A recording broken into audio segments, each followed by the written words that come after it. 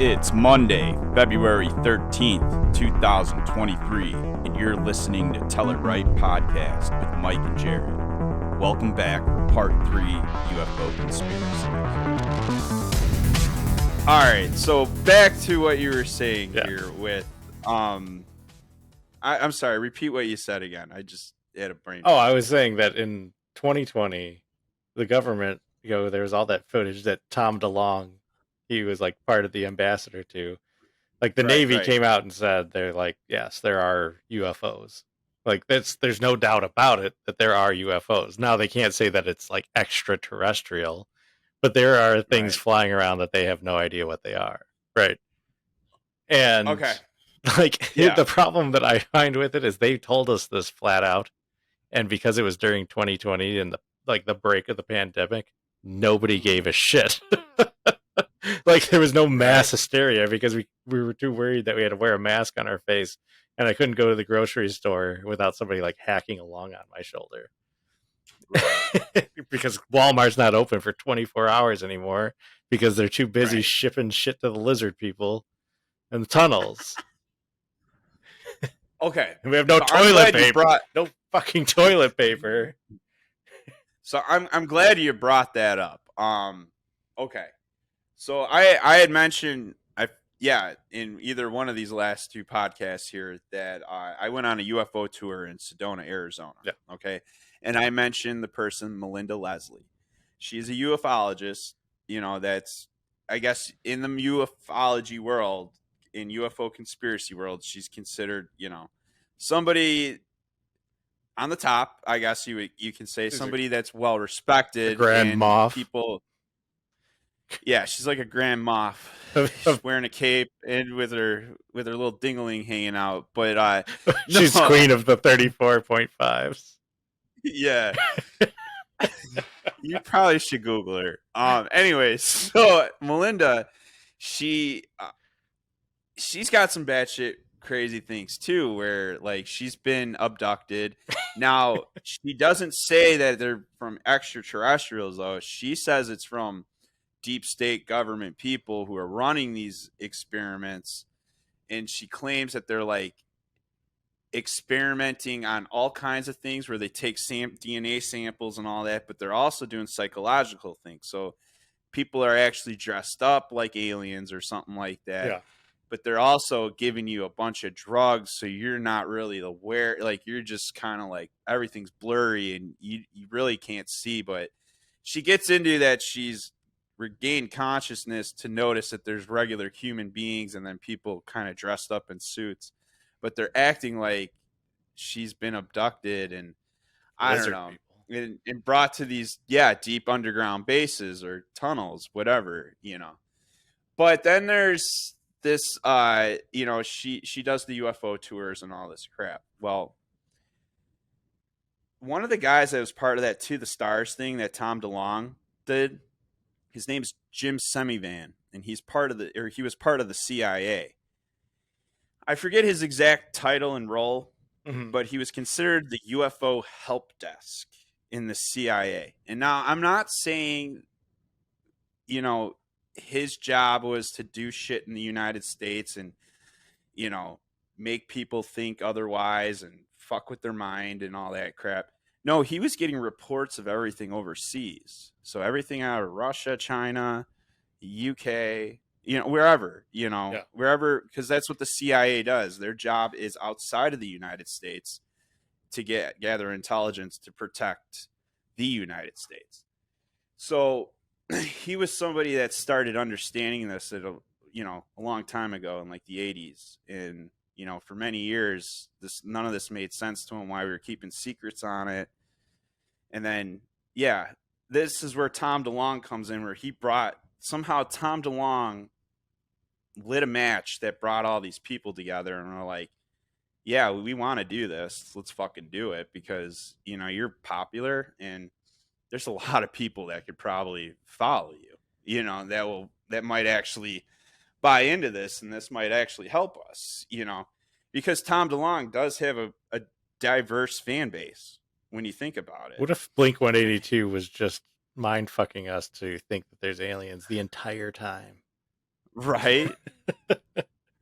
But I fucked your mom last night. Oh man, this guy's cool. Aliens must be real. Right. But yeah, that was the thing. I mean, like, dude, you could tell, like, in his interviews, he'd get upset because I think he started realizing that people weren't taking him serious because he was a punk rocker, and now all of a sudden he wants to be a messiah and bring the information to you and all that. But anyways, he brought these people together, and then there's this other guy, Chris Mellon, who's come forward. He was like a deputy assistant director intelligence or something for Clinton, Obama, all this crap. So, but this was another guy that had this information, and but his deal is we had Pearl Harbor and September 11th. We had information on both of those, but we didn't know how to process it or understand it or get it to the right people to so we could have actually prevented these things. So his whole thing is, I don't care if they're alien or if they're human. I want the United States to be on the bandwagon that we need to be thinking about this so we can protect the people in case whoever it is, you know.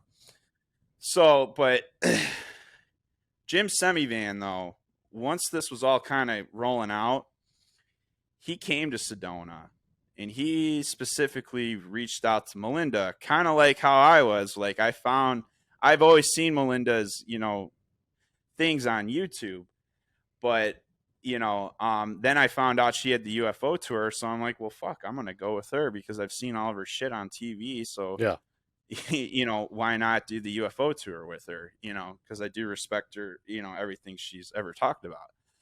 So that basically he did that same thing where he knew about her because he looks into the shit, you know, and he's in the CIA. I don't know what to tell you, yeah. you know, but he specifically wanted a meeting with her. He did the tour with her, and basically he established a relationship with her. And I had a pretty much a 45-minute conversation with this lady after the tour in her car, me and my wife. We were just sitting in her car, and she was just going to town telling us about all this shit. Too bad you didn't have And a here's the wire on. I wanted to record it, but like I was also like too like intimidated to ask her like, hey, can I record this? Because I thought it would be rude too. But it was that experience was amazing because like she was just telling me so much shit, and like her connections with this guy now that To the Stars is kicked off, they're getting they encourage they're the ones that got this memorandum and all this pushed forward. So now that all the branches have to report all this shit when they see it, Yeah, you know, and all that. And that was the first step. That's what she said. This is the first step. Now what we're doing now, what they're doing is they're now allowing the legitimacy for data to be collected. Now real scientists can actually investigate this.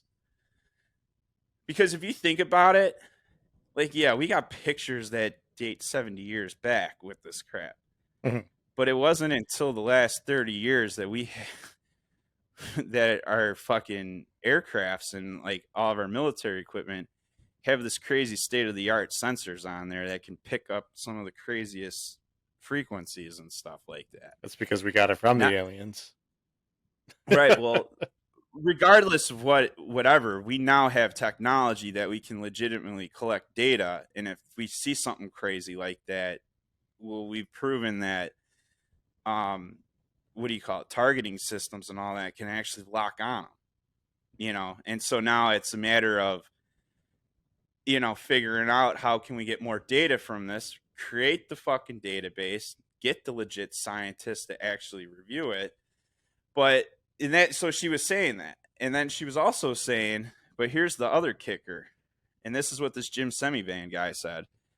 There's going to be a day where these mainstream scientists don't know what the fuck they're looking at. The government doesn't know what the fuck they're looking at. But people like you that have been going on YouTube and, you know, doing lectures all across the country, you guys are going to be the ones that we're going to start actually. So all the ones that people think are the crackpots and shit. Yeah. All those people are now apparently are going to be eventually, well, there's going to be a point where those are going to be the consultants to the government. The uncracked because because they're the ones that actually spent the time, they researched it. Some have science backgrounds, but others, they don't, but they have a great knowledge and understanding of it. And Melinda's brought like engineers and shit out to her tours. And now again, I only saw things through a green screen on a night vision lens. Mm-hmm. But she does claim that they've seen they've seen shit like with their naked eyes, and it's within close ranges. She's even seen F-16s fucking chase these things, and these things, the F-16s can't keep up with them. The F-16s apparently are using their turbo drives, and they're flying over Sedona, screaming their fucking engines off, and these things are just fucking gliding around, and they can't keep up. Which she said they've seen that quite a few times. She actually explained that Sedona and Phoenix is about 100 miles. I guess a normal, whatever speed they fly, it's about a 15-minute, flight. Yeah. They could be there in 5 minutes if they throw the turbo thrusters on. Yeah. Like, that's crazy. They just cut out 10 minutes of their flight. And they'll track these things over Sedona, and every now and then apparently they'll come out chasing them, which is crazy to hear that kind of shit. And like, you never hear about that in the news. But yeah, I mean, she went on to more detail, basically saying that there was supposed to be a point where Joe Biden or somebody from the Biden administration is supposed to come out and say, we have how did she put it? Outer world technology. Mm-hmm. We have outer world technology. And when she said that, I just had chills go down my back. I was just like, holy shit. That would be insane to just hear. I don't care what president says it, actually. We have outer world technology, Mm-hmm. And now finally this shit's been declassified, you know, and the secret's put to rest. But she says this is the first step, though. So now we got Congress on there. Congress is getting interested. They're starting to ask more questions. They're starting to demand more answers. Now the next step is to get the contractors, like we talked about with Greer, to start loosening their grips on shit. Because they still have a pretty tight grip on things that they can still get past the government, and it's illegal. Yeah. It's just the problem is it's because it's all in the black budget shit, it's considered legal. But really, I mean, there's no oversight of the president. There's no oversight of Congress. They're running wild with our fucking taxpayer money, messing around with this tech, and they're not giving it to us. Yeah. So just wait for the next false flag thing to happen and then research what's going on at the exact same time. Right. But like, yeah, dude, I mean, so that experience to like hear like all this like kind of back end chatter of the people that are behind this movement with Congress right now, that was pretty cool. Now, obviously none of that, I mean, some of that's come true. Definitely the debriefing that we all witnessed that I think June of 2020. Yeah. Or July of 2021 or the other. That she said that definitely was happening. But some of the more complicated stuff would be the Biden shit administration coming out saying, and I would say right now is probably a good time to come out and say we got that. Maybe that might de-escalate a few things. All these classified files that were in my garage are about aliens. The UFO. Yeah, that's the UFO. I meant to declassify that and tell you guys. Yeah, you don't have to worry about that shit. That's just the UFO stuff. I fell asleep, guys. I meant to declassify UFO secrecy. Right. It was next. Here you go. It was next to the vet. And then how does Trump compete against that? I have no idea. He probably has the alien stuff too, and he wanted to come out with it first. I love how he talks about it. Oh, I've seen things. Oh yeah, they're really cool things. Oh, they're really, really interesting things, guys. I forget how he says, but like somebody was asking about like UFO shit or like Well, that was the thing. Like, he kind of was giving his mouth away about, like, in a way, about technology that we might not have, and like, Yeah. people were kind of like, he needs to shut up, Or tell us. um, You need to or fucking tell tell us, us, yeah. man. But that's actually a good point. So Obama is the one who declassified Area 51. I don't think people realize that. I'd have to find where he did it, but it was like some kind of press conference thing, like for a dinner, or like a White House dinner event or something like that, right? Mm-hmm. And he had some intelligence people there, and he pointed out, oh, so and so here works at Area 51. And then he goes, oh, but we can't talk about that. And then he ends it there, and everyone just kind of claps, whatever. But if you really look at that, he actually declassified Area 51 there, man. He didn't say I'm just playing. He said I can't talk about it. So no, I mean, he didn't like go into detail, but he literally acknowledged the existence of the so-called Area 51. We've known about Area 51 forever. Like all the weird planes that are unmarked and shit like that, flying in Well, and the out funny every thing day. is, it's not called Area 51. That's the Hollywood name for it. Yeah. It's one of the names that it was called, and you can actually Google it. It just says it's closed airfield. It's Dreamland Air Force Base. Mm-hmm. But really, the testing facilities are referred to like as S4 and Groom Lake Well, what's that one that's in facilities. Utah? The I forget. testing I just heard it. grounds. The Yeah, I just Greer heard it the other guy. day. The Greer guy was all about that. The testing grounds there, and then there's some like island. Oh Island. no, it was in Australia. There's some place in Australia that like a bunch of satellite dishes and shit, and they've actually made like contact. Oh, But I don't think Greer talks about that. yeah, But there's a place in Australia that is either ran that by the might be a new U.S. developing. It's either ran by the U.S. government or they're in Yeah, cahoots with Australian people, which Australia doesn't exist anyway, so it's probably a lie. But right. have you ever seen an Australian child? No. That's why. I've seen a fucking New Zealand child, motherfucker. New Zealand. That's why New Zealand is like they're like the Canada of Australia. Like nobody cares. But there's no Australia, so it's New Zealand. Yeah, It's so just it's just straight New New Zealand. Zealand is just a turd. Bush people, They're, they're like the whatever. butthole The of down under. the fucking Bush people. So no, but Area 51 though, in its own thing, man. You got the Bob Lazar story, which is just that one. That's my next. That's the next one that I think's the most credible when it comes to this UFO topic.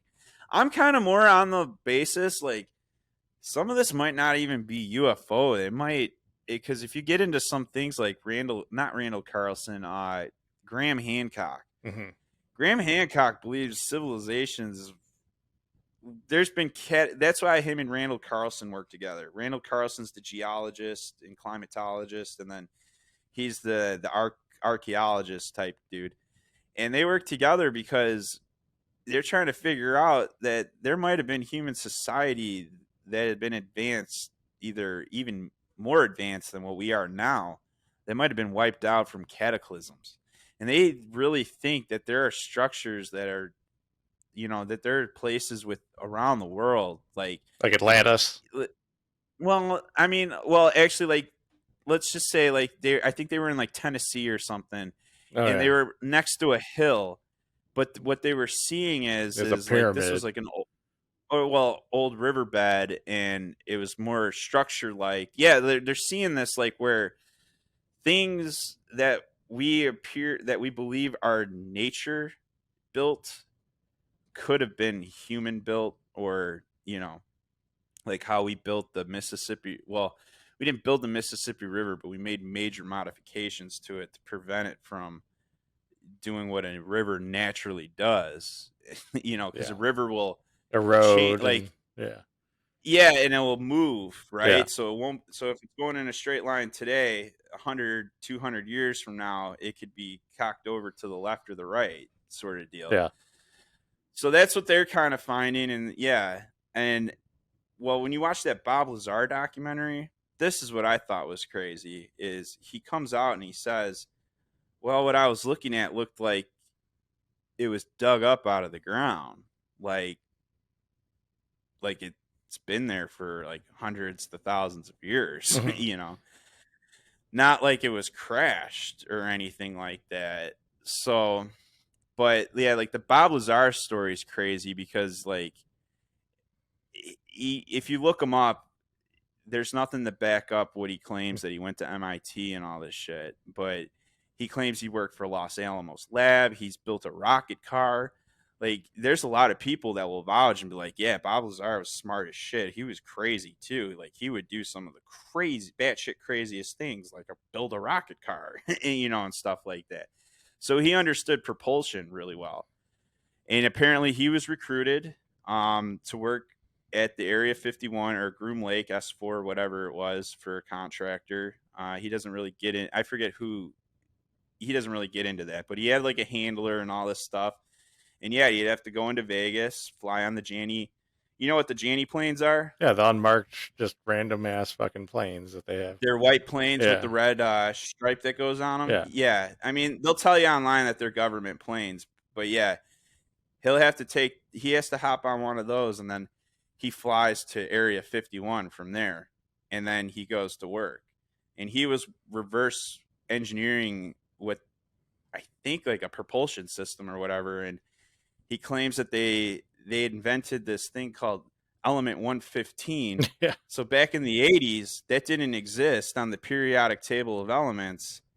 Now it does. Yeah. Element 115 exists on the periodic table nowadays.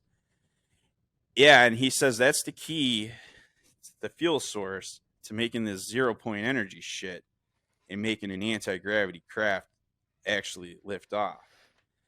But he went, I don't know, like there is some weird shit. Like I forget exactly why he started coming forward with it, because I think he thought they were going to kill him. Because some weird shit was, his wife was cheating on him, and they fucking knew it because they were tapping him, apparently. That's what he claims. Yeah. They were tapping him, and they knew his wife was cheating on him. And so he had this feeling. When he tells it now, he just says, like, he thinks that things were very unsettling, or like his life was spiraling out of control. So he figured he was just going to get X'd off, and they were starting to cut his access from shit. So he started bringing people out to Area 51 and started showing this. He got with George Knapp with the local news out there in Vegas, and they reported this story. And, you know, from there, yeah, he pretty much, his life was ruined. He has no credibility. And really, how he goes about it is I just want to live my life. And so he does science shit now. Like he sells like fireworks and like chemicals and stuff for like science shit. Yeah. Like he actually makes like concoctions, and then they get sent off to other people and stuff like that. But when he started doing this documentary, apparently he had a conversation with the director, Jeremy Corbell, and they actually went in the woods, and they turned their phones off, and they left their phones over somewhere else, and they went somewhere completely in the woods. But and they were talking about the element 115 thing, because there's this belief that Bob might have stole it. Bob Lazar might have stole it for proof. And no one's been able to actually find it. They've raided him many times. And right after that conversation, the next day, he was raided.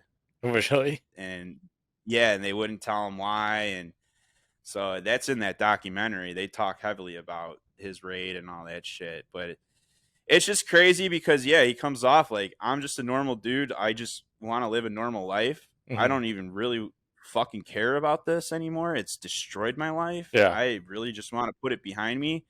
but you people keep bringing me forward, so I guess I'll talk about it. You Yeah. know, I guess like it was hard for him for Joe Rogan. Like he was kind of refusing that, but Joe Rogan ended up getting with Jeremy Corbell, and they talked him into it.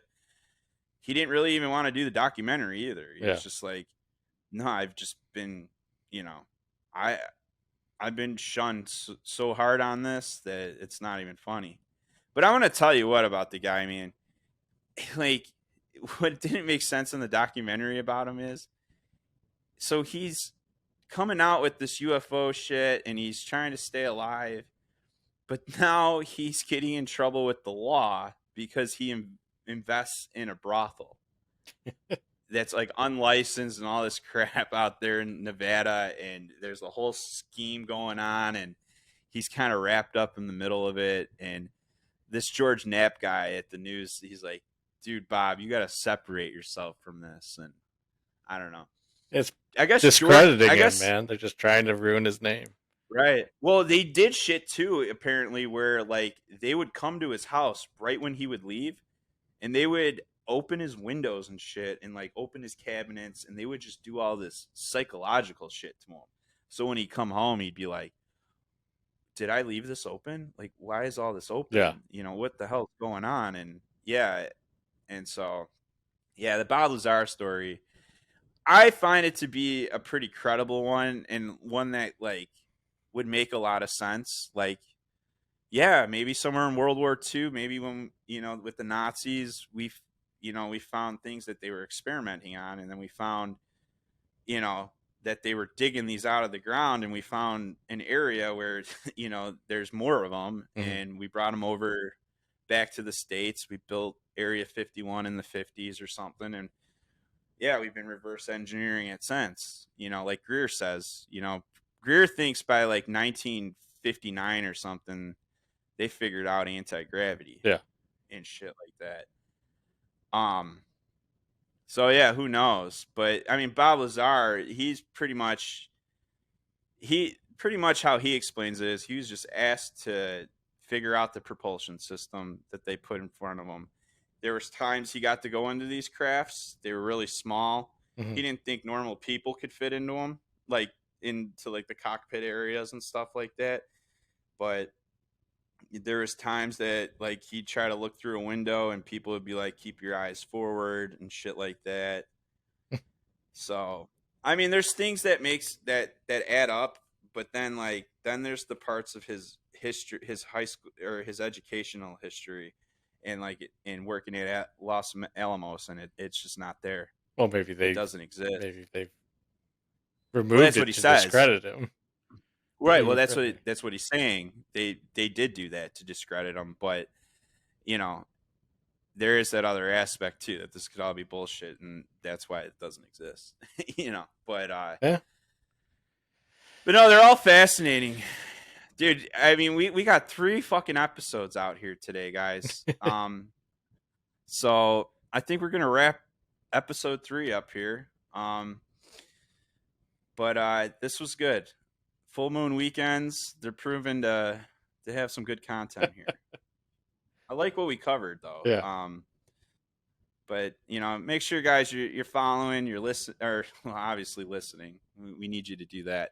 Make sure you're following, make sure you're sharing, make sure you're telling a friend. Yeah, click the like button right down here somewhere if you like wherever it's at. Yeah. If you're listening to the RSS feed, I don't think there's like buttons. Just make sure you're subscribed so this downloads on your phone every week, and you can listen to our dumbasses rant and rave into your ears on the way to work. But thanks, guys. We appreciate it. We love you, and have a great night.